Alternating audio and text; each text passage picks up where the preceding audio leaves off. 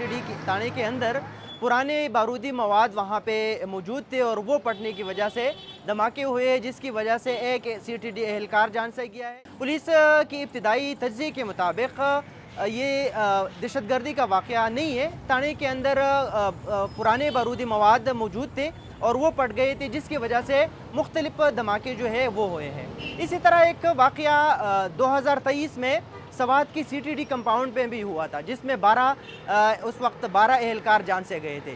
उसमें भी यही इब्तिदाई तफ्तीश में यही कहा जा रहा था कि CTD कंपाउंड के अंदर के मालखाने में बारूदी मवाद के पुराने बारूदी मवाद रखे गए थे और वो शॉर्ट सर्किट लगने की वजह से वो पड़ गए थे, जिसकी वजह से 12 एहलकार उस वक्त जान से गए थे। अभी तक जो इब्तिदाई तौर पर लग रहा है वो यही है कि कोर्ट के अंदर कोई बारूदी मवाद है, शायद शॉर्ट सर्किट हुआ है, उसके अंदर धमाका हुआ, जिससे इमारत में कुछ हिस्सा मुनहदम हुआ है और इसके अंदर जो मुल्ज़िमान थे उनको फौरी तौर पर एवैक्यूएट कर दिया गया है।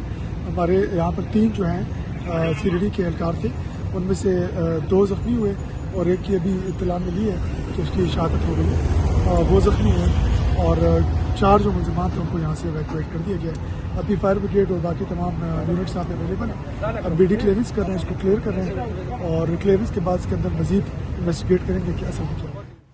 इलाके को पुलिस और सिक्योरिटी फोर्सेस ने घेरे में ले लिया है, जबकि बम डिस्पोजल स्क्वाड के एहलकार जो है वो भी मौका पर मौजूद है और वो आए हैं और इलाके की तज्जिया कर रहे हैं कि मवाद जो तो पटे हैं इसकी तफ्तीश में मज़ीद जो इत्तलात है वो सामने आ सके।